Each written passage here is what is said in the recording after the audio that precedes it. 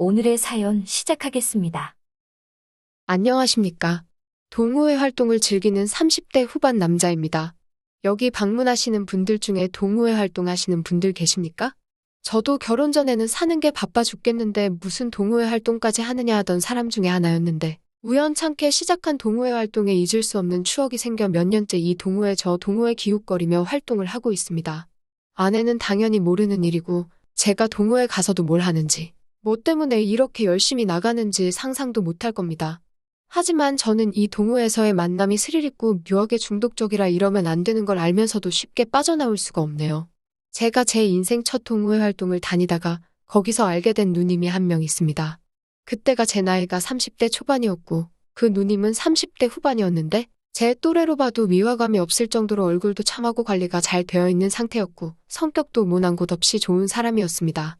특히 동호회 특성상 운동을 많이 하다 보니까 관리가 남들보다 잘 되어 있는 건 당연한 일이었겠지만 그 누님이 워낙 얼굴도 동안이어서 자세히 보면 나이가 보이긴 하는데 언뜻 보면 저보다 나이가 훨씬 어려 보일 정도였습니다.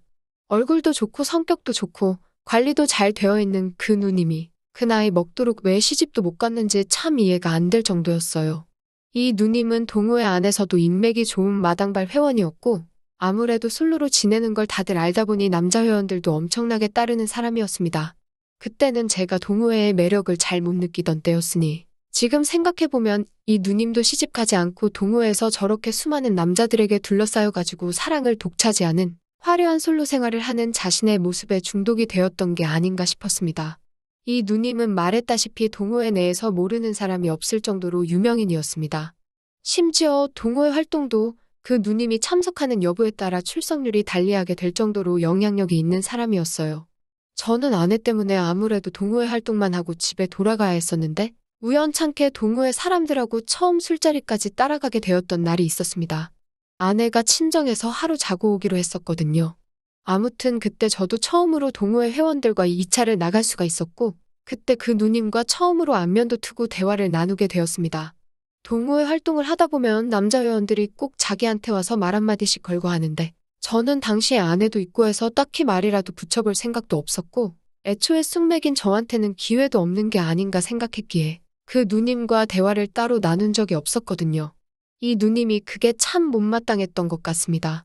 동호회 모든 남자들이 자기한테 말 한번 붙여보려고 혈안인데 오히려 저는 그녀한테 관심조차 가지지 않는 모습을 보여줬으니까 말이죠. 지금 생각해보면 참 그 누님의 그런 자신감이 오만하기까지 한데 아무튼 저는 덕분에 할 거 다 하고 호강도 잔뜩 했으니 아쉬울 게 없었지요.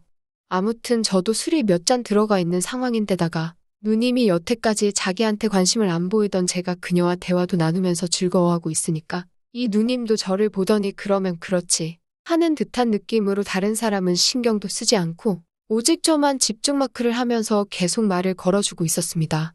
사실상 결혼 후 몇 년 만에 아내가 아닌 다른 여자와 이렇게 술을 마시며 대화를 나누는 게 처음이었거든요. 거기에 대화를 나누면서 술이 점점 더 한두 잔씩 들어가다 보니 저도 묘하게 그런 상황에 들떠 있었나 봅니다. 그 누님이 계속 대화를 하면서 제 말에 반응을 해준다고 제 어깨도 툭툭 건드리면서 그런 간단한 터치들을 먼저 유도했거든요. 그러다 보니까 저도 분위기를 탄 건지 점점 신이 나기 시작해서 누님을 앞에다 두고 아재 개그를 던지기 시작한 거예요. 그게 제 술버릇이기도 하고 아내도 제 친구들도 심지어 회사 후배들마저도 제가 하는 아재 개그가 썰렁하다고 싫어들 하고 어디 가서 그런 거 하지 말라고 충고까지 받을 정도인데 분위기에 휩쓸려서 그걸 누님 앞에서 해버리고 만 겁니다. 역대 왕들 중에서 여자를 제일 탐하는 왕이 누구인지 아냐고 퀴즈를 냈죠. 누님은 골똘히 생각하더니 의자왕? 연산군? 이러면서 정답을 맞춰보려고 하더라고요. 계속된 오답에 누님도 짜증이 났는지 콧소리를 내면서 제 어깨를 두드리며 빨리 정답을 알려달라는 거예요. 그래서 제가 정답은 대조영입니다. 하고 알려줬죠. 대조영이 왜?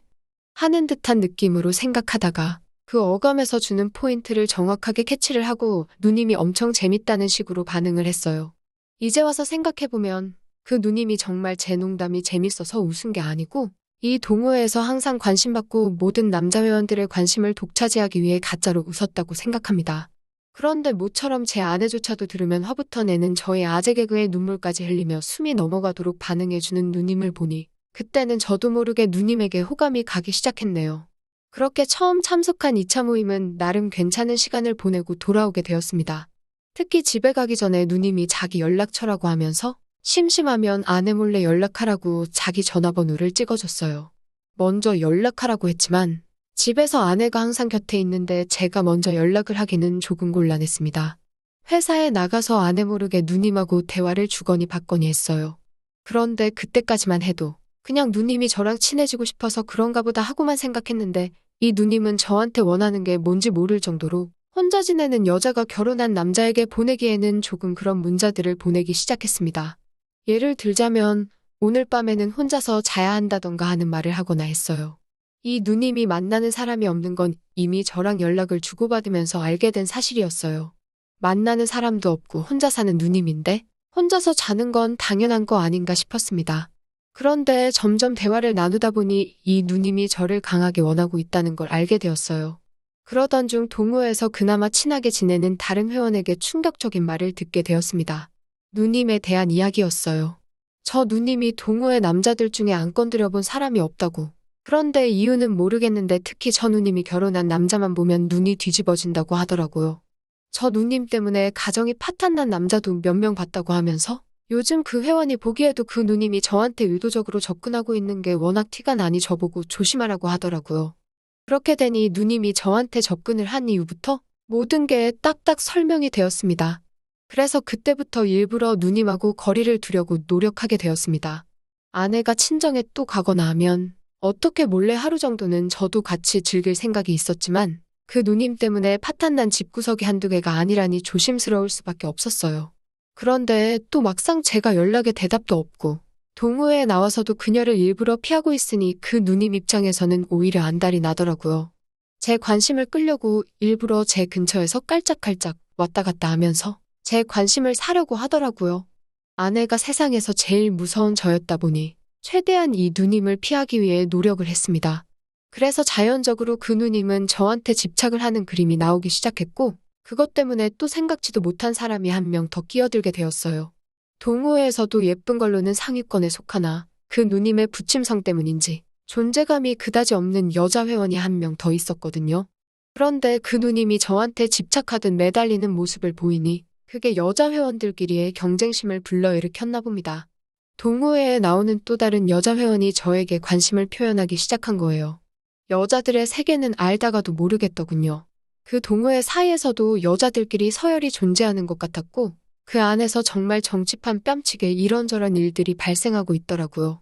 그 또 다른 여자 회원이 저한테 접근하더니 저 언니는 관심도 없어 보이는 사람한테 왜 저런데? 하면서 저와 말문을 트려고 하더라고요. 이 여자는 아마 누님과는 전혀 다른 성향의 회원인 듯 보였습니다. 미모로만 따지면 조금 참해 보이는 약간 어르신들께서 며느리 삼고 싶어하는 그런 미모를 가지고 있었어요. 또래 남자건 연하의 남자건 연상이건 연령 상관없이 모든 남자들을 홀리게 만드는 누님과는 전혀 다른 매력이었죠. 하루 정도 같이 놀기에는 조금 부담스러운 그런 외모라고 해야 하나요? 아무튼 그녀에게 이 누님은 눈엣가시이자 라이벌 같은 존재였던 겁니다. 그녀는 외모에서 풍기는 이미지가 있으니 이 누님처럼 이 남자 저 남자한테 먼저 꼬리치면서 관심을 끌기에는 자존심도 있고 어려움이 있었던 거예요. 그런데 조금만 호응해주면 마음도 몸도 다 줘버리는 누님이 있는 상황에서 이 동호회에서 항상 남자들의 관심을 독차지하는 건 누님이 가장 먼저였으니 이 여자는 누님 때문에 항상 2등도 못 되고 겉절이 취급을 받았던 거예요.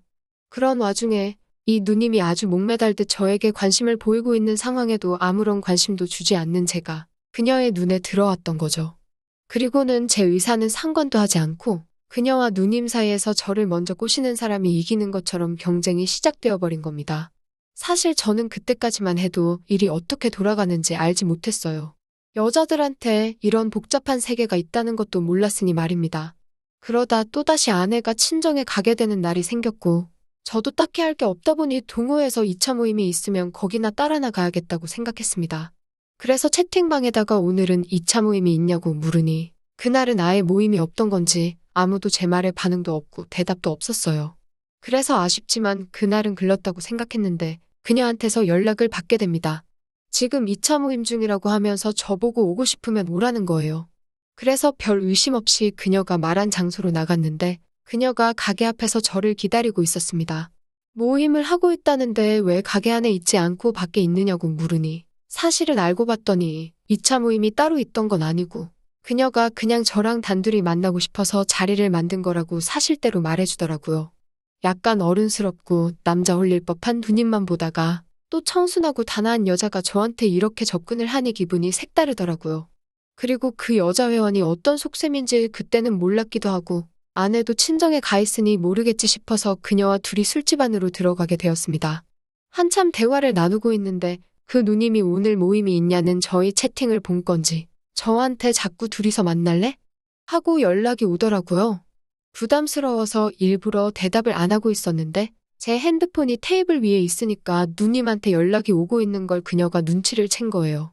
거기서 그 여자는 라이벌의식이 발생해서 그런 건지 제가 그녀한테 워낙 관심이 없는 모습을 보였고 그 당시에도 그 누님이 계속해서 보내는 연락을 제가 일방적으로 무시하고 있으니 그게 또 그녀의 경쟁 심리를 자극했나 봅니다. 그 여자 입장에서는 누님이 보는 앞에서 제 마음을 정복해버리면 그 누님의 높은 콧대도 눌러버리고 자기가 승리자가 되는 거라 생각했나 봐요. 그러면서 저한테는 허락도 받지 않고 누님의 연락을 받은 다음에 지금 저랑 자기랑 둘이서 술 마시고 있다고 자신있게 말하면서 누님 보고 오고 싶으면 오라고 선전포고를 하더라고요. 누님도 그녀의 도발에 발동이 걸린 건지 한 40분 정도 뒤에 술자리에 도착했는데 그동안 보던 차림보다 훨씬 과감하고 화장도 진하게 하고 왔더라고요. 그래서 거기서 두 사람이 아무 상관도 없는 저를 두고 경쟁전을 치르기 시작한 겁니다. 웃어야 할지 울어야 할지 모르겠는 상황이었지요. 아내가 친정에 가 있긴 하지만 이런 상황은 제가 총각대나 있었으면 좋을 일이지. 가정이 있는 저한테 이런 일이 발생한다고 어디다 써먹겠어요. 그런데 두 사람은 당장 자기들이 승리를 하겠다고 저를 양옆에 끼고 문대면서 자기들끼리 제 마음은 자기한테 있다고 하고 있으니 이러지도 못하고 저러지도 못하는 상황이었습니다. 그런데 아무래도 동호회가 제가 사는 곳 근처에서 모임을 갖다 보니까 눈치가 보이지 않을 수가 없었습니다. 특히 이 장면을 아내를 아는 사람이 본다면 이 상황을 어떻게 설명해야 할지 감도 오지 않더라고요.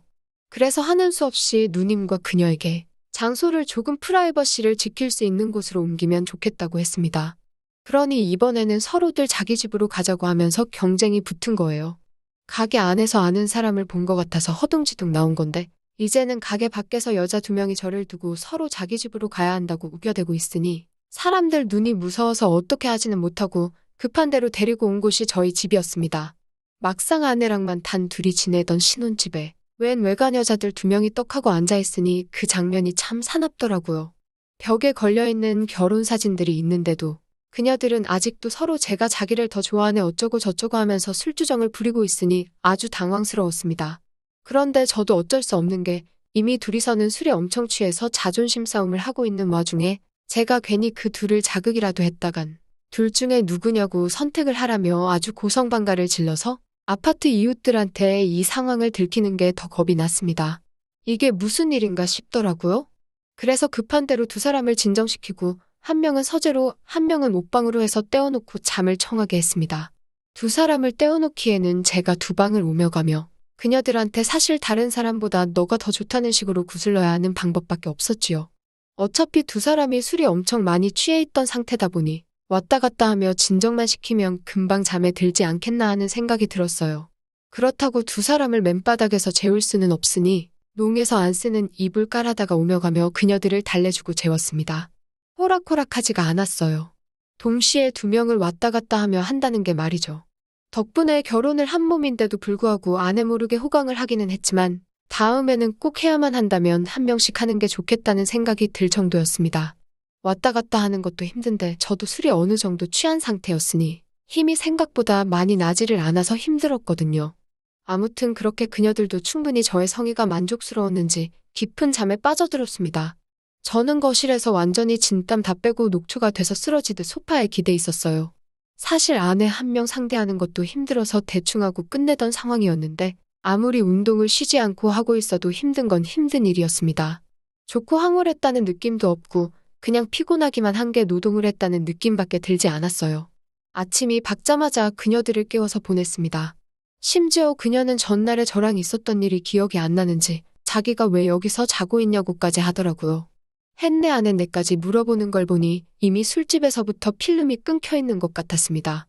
그 모습을 본 누님은 그 상황을 저와 그녀 사이에는 아무 일도 없었던 걸로 받아들였는지 약간 의기양양한 표정으로 돌아가더라고요. 그리고 저 혼자 또 난리통을 피우게 되었지요. 그녀가 쓴 이불들에 혹시 그녀들의 강한 향수 냄새가 배어있지는 않을까 걱정이 된 거예요. 그래서 일단 전후 사정은 모르겠고 냅다 빨래부터 돌렸습니다. 집안에는 구석구석 방향제를 뿌려놓고 다니고 동네 편의점 가서 소주 2병과 맥주 몇 캔을 사온 뒤에 저 혼자 술을 마신 것처럼 집을 꾸며놓았어요. 아내가 돌아오고 나서 이불을 보고 깜짝 놀라더라고요. 이불이 왜 전부 다 끄집어내져 있냐고 묻길래 전날에 너무 추워서 꺼내 덮고 잤는데 아침에 일어나니 땀범벅이 돼 있어서 이불이 다 젖어 있었다고. 그래서 세탁을 돌린 거라고 했어요. 그랬더니 아내가 이 이불은 젖으면 안 되는 이불이라고 하면서 저 때문에 이불 하나 못 쓰게 되었다고, 목화솜 이불인데 물빨래를 하면 어떡하냐고 저를 탓하더군요.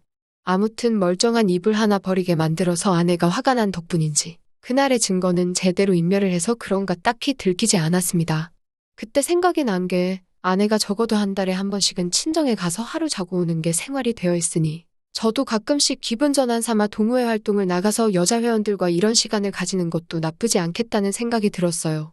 동시에 2명까진 힘들고 머리 아파서 싫고 1명 정도 건강하게 서로 필요한 것만 취하는 만남을 갖는 그런 사이 말입니다. 그런데 안타깝게도 그런 저의 바램은 얼마 가지 못했습니다.